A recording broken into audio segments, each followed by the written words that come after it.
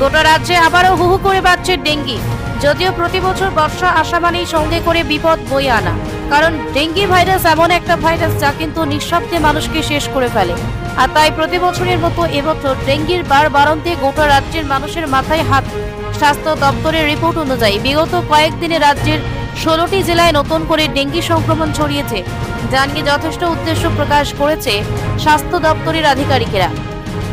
আর তার মধ্যে ঘরে ঘরে ভাইরাল ফিভারের দাপট। একদিকে ডেঙ্গি, আরেকদিকে ভাইরাল ফিভার। কোন দিকে যাবে মানুষ? গোটা বাংলা যেন এক লহমায় থমকে গেছে ভাইরাল ফিভার আর ডেঙ্গিতে। বর্তমানে ভাইরাল ফিভার 3 দিনের বেশি থাকলেই চিকিৎসা করাই লিখে দিচ্ছেন ডেঙ্গি পরীক্ষা করতে। বাংলার এক পর হাসপাতালের রিপোর্ট বলছে গত কয়েকদিন ধরে বহু মানুষ ডেঙ্গিতে আক্রান্ত হয়ে হাসপাতালে ভর্তি হচ্ছেন। তাই জঙ্গিপুর আপডেট এর নতুন এই ভিডিওতে ডেঙ্গি থেকে বাঁচার উপায়। আসলে এডিস ইস্ত্রি জাতীয় মশার কামড়ে সাধারণত ডেঙ্গি হয়, আর এই মশাগুলো কিন্তু নোংরা জলে একদমই ডিম পারে না। এরা সবসময় আসর জমে পরিষ্কার জমা জলে, যেমন আপনার ঘরের ফুলদানি কিংবা কোনো পাত্রে জমা জল থেকে কিন্তু এই মশার বংশবৃদ্ধি হয়।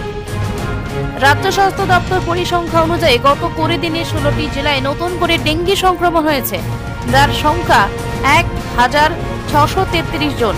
24শে জুন পর্যন্ত যেখানে আক্রান্ত সংখ্যা ছিল 2761 জন। বর্তমানে সেখানে অর্থাৎ আগস্ট মাসের এই মাঝামাঝি সময় এসে ডেঙ্গি আক্রান্তের সংখ্যা দাঁড়িয়েছে 4394 জন। আর এই ডেঙ্গি আক্রান্তের তালিকায় শীর্ষে রয়েছে মুর্শিদাবাদ, দ্বিতীয় স্থানে রয়েছে উত্তর 24 পরগনা, তৃতীয় স্থানে হুগলি, চতুর্থ স্থানে মালদা, পঞ্চম স্থানে হাওড়া, ষষ্ঠ স্থানে কলকাতা। এবার যে হারে বৃষ্টি হয়েছে তাতে অর্ধেক জায়গায় জল ডুবে রয়েছে, আর সেই সব জমা জলে লাফিয়ে লাফিয়ে বাড়ছে ডেঙ্গি মশার প্রাদুর্ভাব। তাই বাড়ির চারপাশে চেষ্টা করুন পরিষ্কার রাখতে, জল জমতে দেবেন না। জ্বর এলে অবশ্যই চিকিৎসকের কাছে যান, নিজে ডাক্তারি করবেন না। মনে রাখবেন ডেঙ্গি জ্বর কিন্তু অনেক সময় সঠিক সময় ধরে না পড়লে 105 ডিগ্রি ফারেনহাইট অবধিও উঠে যায়। একই সঙ্গে ডেঙ্গির অন্যতম সিমটমস হলো গা হাত পায়ে যন্ত্রণা, অসহ্য ব্যথা এবং তার সঙ্গে প্রবল মাথা যন্ত্রণা।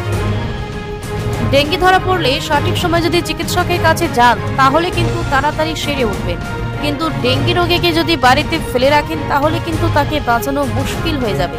তাই ডেঙ্গি পজিটিভ এলে চিকিৎসকের পরামর্শ নিয়ে যতটা পারবেন বিশ্রাম নেবেন, বেশি বেশি করে জল খাবেন, তরল জাতীয় খাবার যেমন ফলের রস, ওআরএস, লবণ চিনির জল, ডাবের জল এসব তো খাবেনই, তার সঙ্গে যতটা পারবেন প্রোটিন জাতীয় খাবার খাবেন। এছাড়া রোজ 1 বাটি করে ডাল, সেকেন্ড স্টু, ডিম সেদ্ধ, পেঁপে সেদ্ধ এই রোগের জন্য খুবই উপকারী, এবং যতটা পারবেন ভিটামিন সি যুক্ত ফল খাবেন। এই ডেঙ্গি থেকে বাঁচার জন্য সবার আগে আপনার বাড়ির চারপাশে ঝোপঝাড় পরিষ্কার করবেন। এছাড়া ব্লিচিং পাউডার ব্যবহার করতে পারেন বাড়ির আশপাশটা পরিষ্কার রাখার জন্য।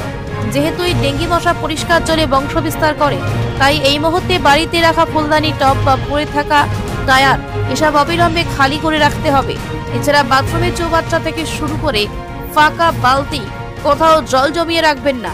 ডেঙ্গি মশা সাধারণত খুব সকালে ও সন্ধ্যার দিকে কামড়ায়, তাই এই সময়গুলো বাড়ির দরজা জানালা বন্ধ রাখবেন, অথবা জানলায় এই সময় নেট লাগিয়ে রাখুন। মনে রাখবেন কোনো ডেঙ্গি আক্রান্ত ব্যক্তিকে ডেঙ্গি মশা কামড়ালে, আবার কোনো সুস্থ ব্যক্তিকে কামড়ালেও তার কিন্তু ডেঙ্গি হওয়ার সম্ভাবনা থাকে। তাই চেষ্টা করুন গা ঢাকা জামা কাপড় পরতে। এখন বাজারে নানা রকমের মশা মারার তেল, স্প্রে, ক্রিম পাওয়া যায়, সেসব কিনে অবশ্যই ঘরে রাখুন। এই সময়টা মশারি ছাড়া ঘুমাবার কথা ভাববেনই না। আর ডেঙ্গি আক্রান্ত ব্যক্তিকে অবশ্যই মশারির ভেতরে রাখুন। সকলে ভালো থাকুন, সুস্থ থাকুন, আর বাড়ির ছোট সদস্যকে পার্কে, স্কুলে অথবা খেলার মাঠে পাঠাবার আগে তাদের গা ঢাকা পোশাক পরিয়ে দেবেন।